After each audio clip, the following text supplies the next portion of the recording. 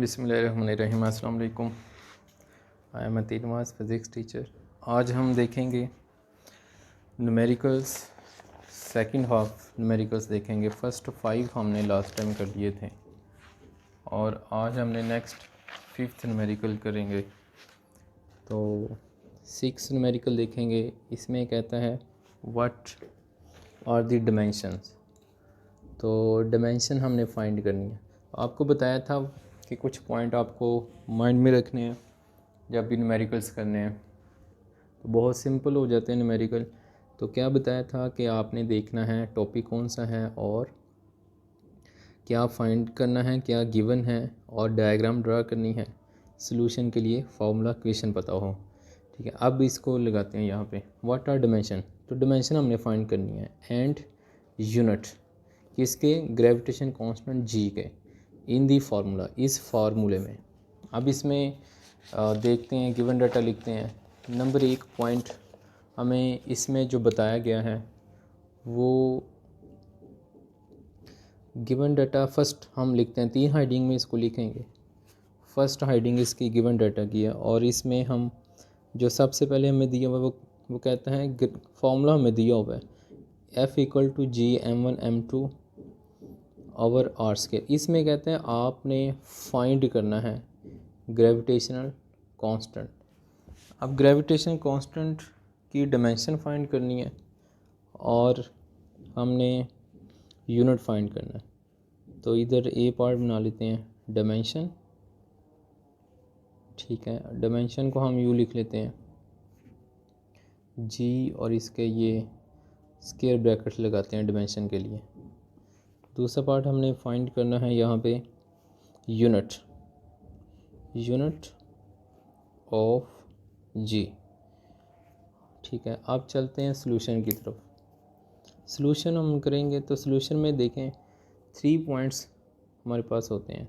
अब इसमें topic general है, टॉपिक नहीं है कोई, यानी आप बात करेंगे तो ये डायमेंशन एनालिसिस है और ऐसा यूनिट्स जो हमने पढ़े थे वो टॉपिक बनता है। ठीक है, तो अब इसमें फ़र्स्ट ऑफ ऑल डायमेंशन देखते हैं और यूनिट से देखते हैं। तो सॉल्यूशन में आप सबसे पहले आप इधर लिखा करेंगे फार्मूला इसका। ठीक है, तो फार्मूला लिख लिया जो हमने, जिसको यूज़ करके हमने आंसर निकालना है। यहाँ पे ये फार्मूला लिख दी। अब फर्स्ट ऑफ ऑल जी का फार्मूला बनाएं। यहाँ से जी हम ग्रेविटेशन कांस्टेंट निकालेंगे, आर को इधर ले जाए मल्टीप्लाई होगा, m1 और m2 को इधर डिवाइड कर देंगे। तो जी हमारे पास आ जाएगा F(r²) m1 m2। ये हमारे पास जी का फार्मूला बन गया। अब इस फार्मूले में हम देखते हैं जी की डायमेंशन निकालनी है और यूनिट निकालना है। तो आप इधर से यूनिट बनाएं इस फार्मूले से। तो यूनिट हम बनाते हैं, तो यूनिट बनाएं, F न्यूटन होता है। ठीक है, और R मीटर होता है, इसका पावर स्केयर वैसे ही आ जाएगी। मास दोनों ही m1 m2 मास हैं, तो किलोग्राम इंटू किलोग्राम। ठीक है, इसको सोल्व कर लेते हैं न्यूटन मीटर्स का। ये दोनों की पावर न्यूमरेटर में चल के नेगेटिव हो जाएगी और -2 हो जाएगी। दोनों की पावर 2 और न्यूमरेटर में माइनस हो जाएगी। ये इसका आ गया यूनिट। ठीक है, न्यूटन मीटर स्क्वायर पर किलोग्राम स्क्वायर। ठीक है, अब डायमेंशन बना लेते हैं। डायमेंशन बनाने के लिए आपको, आप जानते हैं डायमेंशन जब भी फाइंड करनी हो हम यूनिट से बना सकते हैं। ठीक है, यूनिट से आप डायरेक्ट भी बना सकते हैं, अदरवाइज़ आप फार्मूले से बना सकते हैं। तो इधर आप जैसे मर्ज़ी यूनिट से बनाएं। इसको पहले बेस यूनिट्स में कन्वर्ट करेंगे, फिर इसको हम डायमेंशन लिख दिया करते हैं। यूनिट इसका लिखते हैं और डायमेंशन अब लिखते हैं। यूनिट हमने लिख लिया, तो इधर फार्मूला लिखेंगे, फार्मूले से हम डायमेंशन बना लेंगे। फार्मूला हमारे पास ये है, फार्मूला जो हमारे पास आ रहा है वो है G = F(r²) m1 m2। अब इसमें आप लगाएं स्क्वायर ब्रैकेट्स डिमेंशन के लिए, सब के सराउंडिंग में हमने स्क्वायर ब्रैकेट्स लगा दी।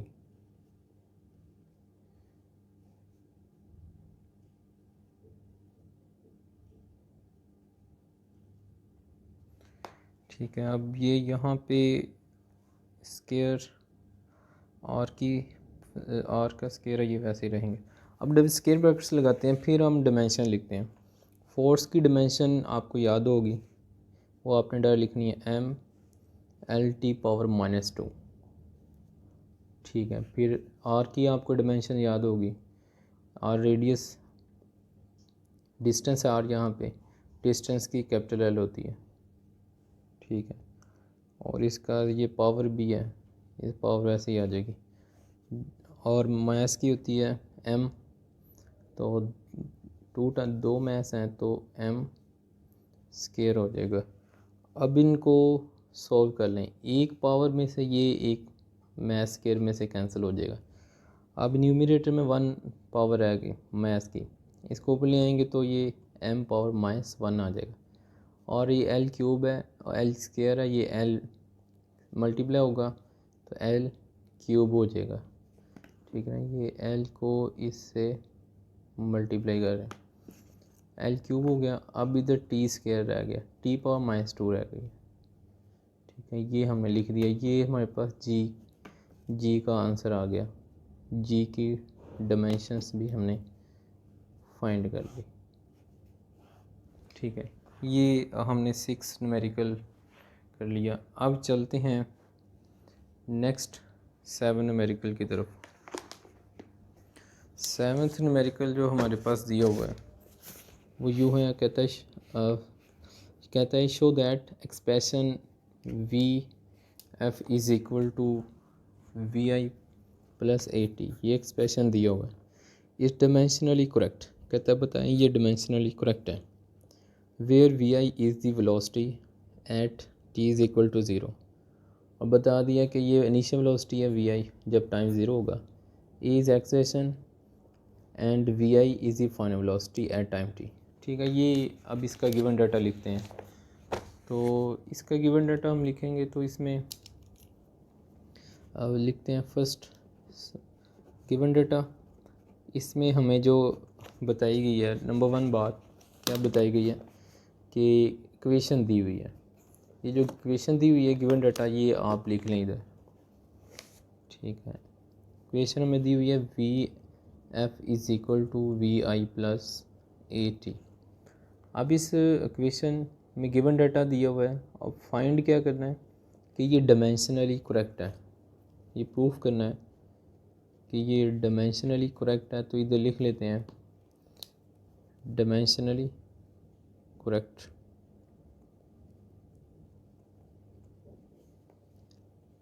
प्रूफ करना है कि ये इक्वेशन डायमेंशनली करेक्ट है। अब सॉल्व करते हैं इसको, सॉल्यूशन करने लगे। SOL for solution. तो सॉल्यूशन में हम इसको सॉल्व करेंगे, राइट डिमेंशन का कंसेप्ट यूज़ करेंगे। डिमेंशन का कंसेप्ट जो हमने पढ़ा था वो इसमें ये था कि वो इक्वेशन करेक्ट होती है, ट्रू होती है, जिसकी राइट और लेफ़्ट हैंड साइड इक्वल होती हैं। अब यहाँ पे लेफ़्ट और राइट हैंड साइड हमने करेक्ट करनी है इस इक्वेशन की। अब अगर राइट साइड की, ये राइट साइड है और ये लेफ़्ट साइड है, अगर इन दोनों की डायमेंशन एक जैसी आ जाएंगी तो इसका मतलब है ये इक्वेशन करेक्ट है। तो प्रूफ करते हैं। तो फर्स्ट ऑफ ऑल हम ये एक साइड कंसिडर कर लेते हैं, VF की डायमेंशन लिखते हैं। ठीक है, ये हमारे पास इस वक्त लेफ़्ट हैंड साइड है। तो लेफ़्ट हैंड साइड की हम डायमेंशन देखते हैं VF की। तो हमें पता है वेलोसिटी की स्पीड की डायमेंशन होती है LT⁻⁻1, ये याद रखी हुई है, ये हमें याद है। लेफ़्ट हैंड साइड की डायमेंशन आ गई। अब राइट हैंड साइड देखते हैं, ये राइट हैंड साइड है। तो राइट हैंड साइड की डायमेंशन को हम सॉल्व करते हैं। राइट हैंड की डायमेंशन का फर्स्ट ऑफ ऑल हम फार्मूला लिखेंगे। यहाँ पे फार्मूला इसका यूँ आ रहा है दूसरी राइट हैंड साइड का जो साइड में वो है V I plus A T.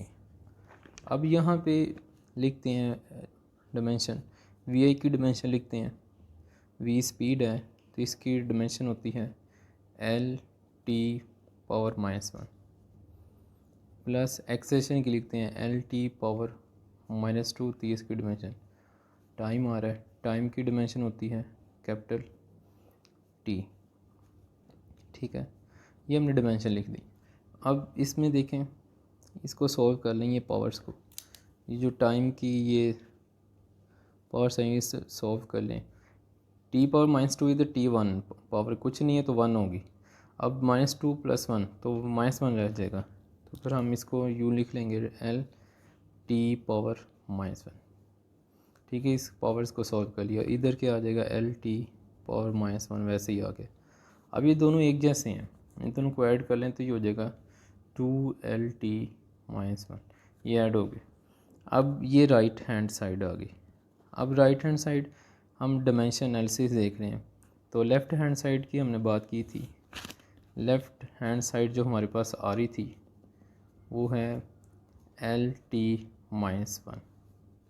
ठीक है, ये अभी जो मैंने लिखी ये लेफ़्ट हैंड साइड। ठीक है, तो राइट हैंड साइड में 2 आ रहा है, लेफ़्ट हैंड साइड में LT पावर -1। और हम देखते हैं कि डिमेंशन एनालिसिस में नंबर को हम डिस्कस नहीं करते, तो फिर नंबर्स को हम निकाल देंगे। यहाँ पे नंबर्स को ये डिस्कस नहीं करती, LT पावर -1 आ जाएगी। अब नंबर्स को निकाल दिया, इसकी रीज़न है कि डिमेंशन एनालिसिस नंबर को डिस्कस नहीं करती। अब देखें ये राइट और लेफ़्ट हैंड साइड दोनों हमारे पास इक्वल आ जाएंगे, तो हम कह देंगे hence right hand side equal to left hand side. ये लेफ़्ट हैंड और राइट हैंड साइड इक्वल है, तो इसका मतलब ये हुआ कि ये फिर इक्वेशन करेक्ट है, first equation of motion correct है। So v f is equal to v I plus A t is correct. ये इक्वेशन करेक्ट हुई क्योंकि राइट और लेफ़्ट हैंड साइड इक्वल आ रही है। ठीक है, ये हमने देख लिया सेकंड। अब ये सेकंड न्यूमेरिकल हमने जो 6 न्यूमेरिकल किया। अब चलते हैं नेक्स्ट जो न्यूमेरिकल है वो है 1.8।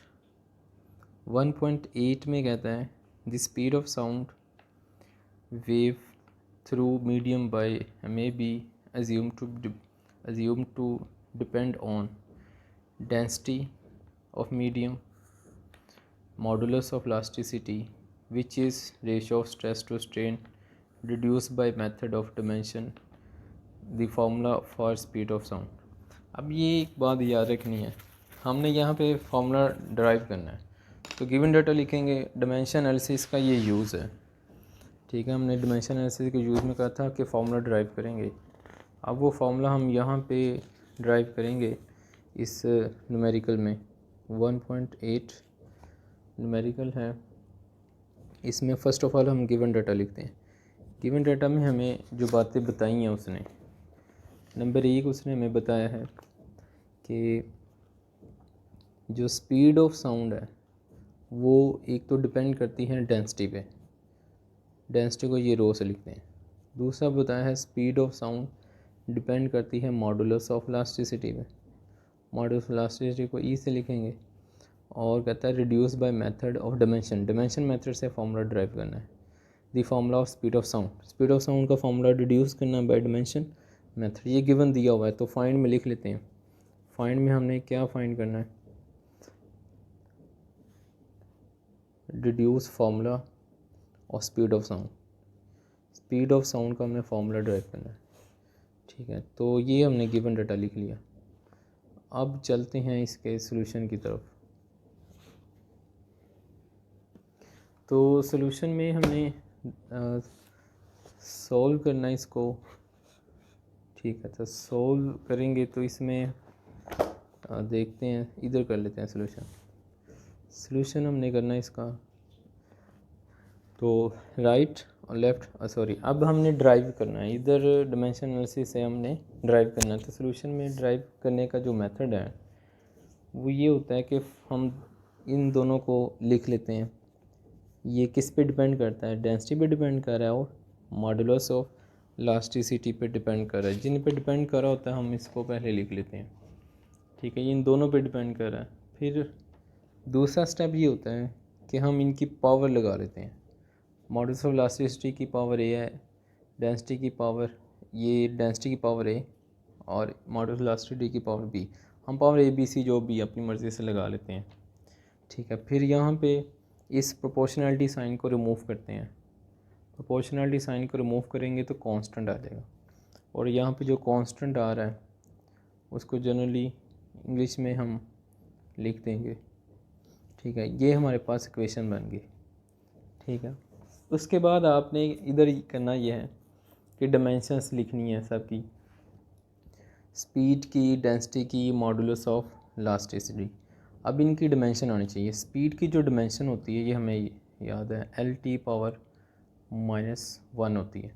अब डेंसिटी की डिमेंशन भी हमें आती है, क्योंकि डेंसिटी वाला टॉपिक हमने डेंसिटी की हमने शॉर्ट क्वेश्चन में की थी। डेंसिटी की डिमेंशन होती है mL⁻⁻3, ठीक है। ये डेंसिटी की है। अब इधर आ गई है मॉडुलस ऑफ इलास्टिसिटी की। मॉडुलस ऑफ इलास्टिसिटी की डिमेंशन देखनी है आपने, तो ये लिख लेते हैं। मॉडुलस ऑफ इलास्टिसिटी को इसे लिखते हैं स्ट्रेस ओवर स्ट्रेन, इसका फार्मूला होता है। अब स्ट्रेस ओवर स्ट्रेन इसका फार्मूला है, तो इसमें जब डिमेंशन हम लिखेंगे तो ये आपने याद रखनी है। जो इसकी डिमेंशन आती है, स्ट्रेस का फार्मूला होता है फोर्स पर यूनिट एरिया, ठीक है। इसकी डिमेंशन होती है, और जो स्ट्रेन है उसकी डिमेंशन नहीं होती, सिर्फ स्ट्रेस की डेफिनेशन होती है। स्ट्रेस का फार्मूला होता है फोर्स पर यूनिट एरिया, ठीक है। और जो स्ट्रेन होती है, स्ट्रेन का फार्मूला होता है ΔL/L।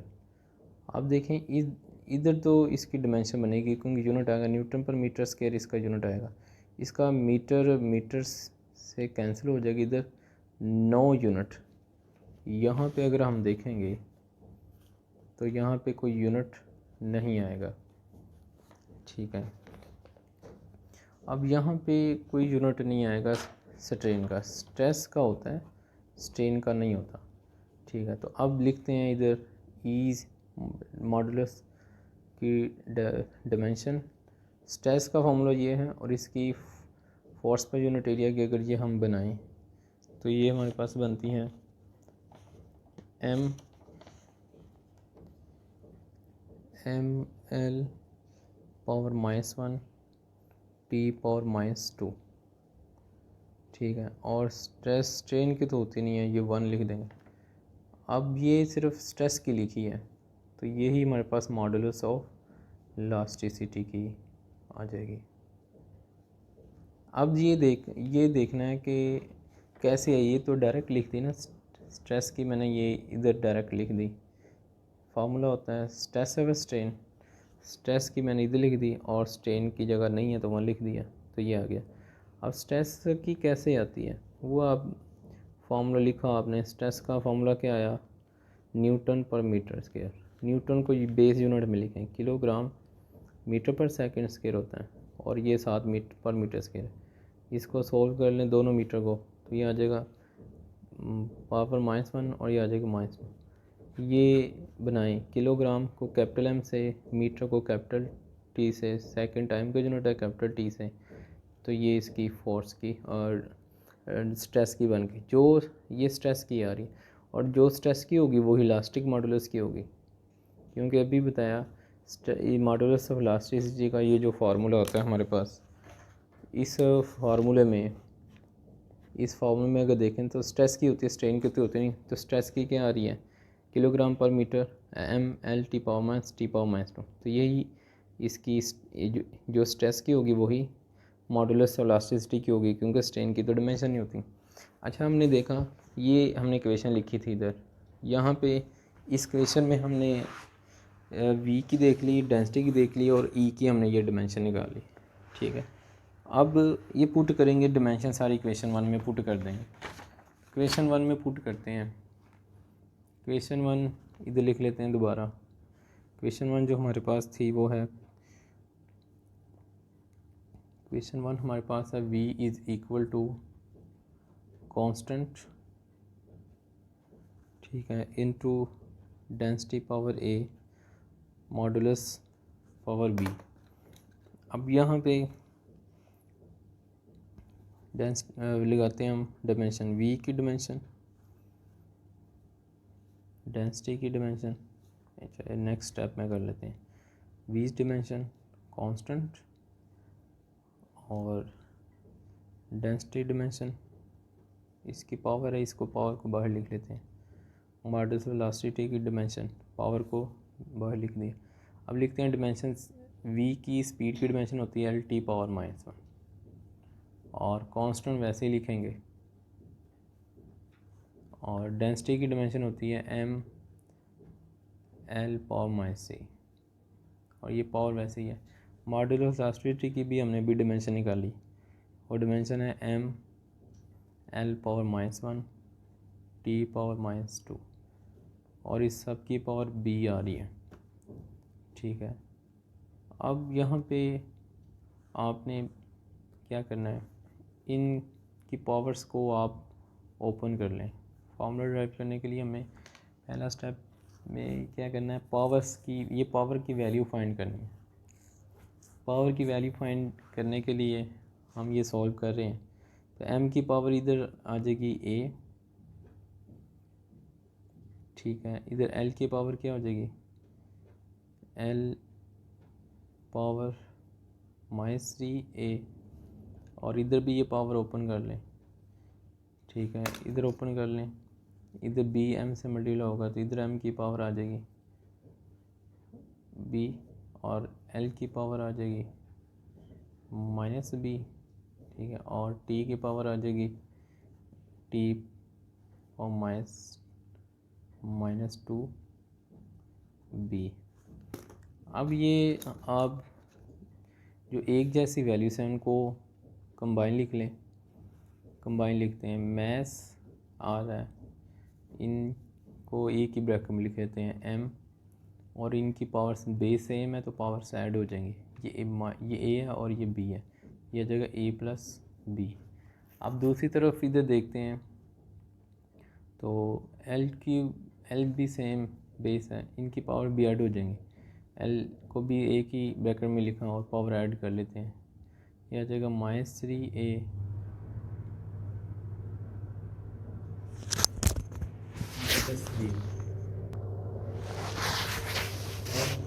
लेंथ को भी लिख लिया हमने, ठीक है, और t इधर एक ही है, t को इधर लिख लेते हैं -2b पावर है और इधर आ रहा है l t पावर -1। अब इन सब को कंपेयर कर लेते हैं, राइट हैंड साइड को लेफ्ट हैंड साइड के साथ कंपेयर करते हैं। कंपेयर करेंगे तो हमारे पास पावर आ जाएगी, ठीक है। तो कंपेयर करते हैं, मैथ को लेंथ, टी को टी। अब इधर हम कंपेयर करते हैं, इधर मैथ है, इधर मैथ नहीं है, तो हम ऐसा करते हैं, इधर मैथ नहीं है तो इधर लिख सकते हैं m पावर 0, क्योंकि किसी की भी पावर 0 वो 1 हो जाएगा। इधर लेंथ है, इधर लेंथ को ये 1 लेंथ है तो इसको ऐसे लिख लें, या 1 की पावर कुछ ना हो तो 1 होती है, किसी की पावर ना हो तो उसको 1 लिख लेते हैं। टी आ जाए, टी इधर कितना आ रहा है, टी की पावर कितनी आ रही है, -1 आ रही है, ठीक है। अभी कंपेयर करना है हमने, ये मैं थोड़ा और सिंप्लीफाई कर रहा हूँ इसको। तो इधर m की पावर क्या आ रही है, m power a plus b और इधर l की पावर आ रही है -3a -b और t की पावर आ रही है -2b। अब कंपेयर करते हैं, तो m को m से, l को l से, t को t से कंपेयर करेंगे। तो फर्स्ट m को कंपेयर करते हैं, तो इधर m की पावर 0 है, इधर m की पावर कितनी आ रही है, a प्लस b आ रही है, ठीक है। अब इनकी बेस तो सेम है, पावर है, इक्वल हो जाएंगी, ये आ जाएगा 0 is equal to a plus b और यहाँ पे a इक्वल आ जाएगा -b के, ठीक है। ये a -b के इक्वल आ गया। ये हमने इधर कंपेयर किया मैथ को। अब कंपेयर कर लेते हैं हम इधर लेंथ को। टी को कंपेयर कर लेते हैं। टी इधर कंपेयर करेंगे तो हमारे पास आ जाएगा टी इज़ टी पावर -1 है इधर, और दूसरी तरफ इधर आ रहा है टी पावर -2 भी आ रहा है। अब बेस सेम है, पावर इक्वल हो जाएंगी, -1 इक्वल टू -2b, ये पावर इक्वल आ गई। अब नेगेटिव नेगेटिव से कैंसिल, तो ये आ जाएगा 1 इज इक्वल टू बी, और b की वैल्यू निकालेंगे तो ये आ जाएगा 1/2 आ जाएगा। अब ये b की वैल्यू आ गई, अब b की वैल्यू को इधर पुट कर दें तो a की वैल्यू भी बन जाएगी। b की वैल्यू है 1/2, तो a की वैल्यू भी क्या आ गई, -1/2 आ गई। ठीक है, ये हमने a की वैल्यू निकाल ली। अब a और b की वैल्यू आ गई, और दो ही फैक्टर थे हमारे पास। अगर आप देखें तो a और b था, 2 फैक्टर थे, तो दोनों की हमने वैल्यूज तो निकाल ली। आप चाहे थर्ड को कंपेयर ना करें, हम किसको कंपेयर नहीं किया, लेंथ को कंपेयर नहीं किया था, उसको चाहे कंपेयर ना करें। ए बी की वैल्यू हमारे पास आ गई। अब पुट करना है, हमने क्या किया, फर्स्ट स्टेप में हमने क्या किया, जब भी फॉर्मूला ड्राइव करना है तो हमने फर्स्ट स्टेप ये होता है कि हमने क्या करना होता है, जिस पर डिपेंड कर रहा है उसको लिखना है, फिर पावर लगानी है, पावर लगाने के बाद फिर पावर को फाइंड करना है। पावर फाइंड कर ली, पावर फाइंड करने के बाद आप पावर को इक्वेशन 1 में पुट कर देते हैं। अब यहाँ पे इक्वेशन 1 में लिखता हूँ, इक्वेशन 1 हमारे पास है v is equal to constant और density power a modulus power b, ये इक्वेशन 1 है। अब इसमें a और b की वैल्यू लगाते हैं। a की वैल्यू हमारे पास आई -1/2, b की वैल्यू हमारे पास आई 1/2। अब ये वैल्यूज पुट करते हैं तो ये आ जाएगा v is equal to constant into a power -1/2 और e पावर 1/2। अब इधर लिखते हैं तो ये आ जाएगा, ये पावर नेगेटिव है, डिनोमिनेटर में जाएगी, डेंसिटी की पावर नेगेटिव है तो डिनोमिनेटर में पावर पॉजिटिव हो जाएगी, और 1/2 को हम अंडर रूट कहते हैं, स्क्वायर रूट कहते हैं। ठीक है, तो यहाँ पे लगा लेते हैं स्क्वायर रूट, मॉडुलस के साथ भी आ जाएगा, डेंसिटी के साथ भी आ जाएगा। अब दोनों को एक ही स्क्वायर रूट में लिख लेते हैं, मॉडुलस और डेंसिटी, और साथ आ गया कांस्टेंट। ठीक है, ये क्या आ गया, v is equal to constant. ठीक है, और साथ आगे दोनों को एक एंड रूट में लिख लेते हैं, मॉडुलस और डेंसिटी। अब ये फॉर्मूला हमारे पास बन गया, ये फॉर्मूला ड्राइव हो गया। यहाँ पे कांस्टेंट की वैल्यू हमें नहीं पता क्या है, क्योंकि डायमेंशन एनालिसिस हमने पढ़ा हुआ है कि ये कांस्टेंट की इंफॉर्मेशन नहीं देता। ठीक है, ये फार्मूला ड्राइव करता है, फार्मूला ड्राइव कर दिया या करेक्टनेस देता है, फार्मूला ड्राइव कर दिया डायमेंशन एनालिसिस ने। ये अगर कांस्टेंट की वैल्यू फाइंड करेंगे तो ये एक्सपेरिमेंटली हम फाइंड कर सकते हैं। ठीक है, ये डायमेंशन एनालिसिस का यूज़ भी हमने कर दिया, और साथ हमने ये भी देख लिया न्यूमेरिकल भी इसका हो गया, ये हमने कर लिए, 3 न्यूमेरिकल हो गए। ठीक है, अब हम जो नेक्स्ट न्यूमेरिकल करेंगे वो 1.9 और 1.10 है। तो नेक्स्ट वीडियो में ये 2 न्यूमेरिकल करेंगे। ठीक है, अगर आपने ये चैनल सब्सक्राइब नहीं किया तो जल्दी से सब्सक्राइब करें ताकि आपको न्यू वीडियोस मिलती रहें। तो मिलते हैं नेक्स्ट वीडियो के साथ। अल्लाह हाफिज़।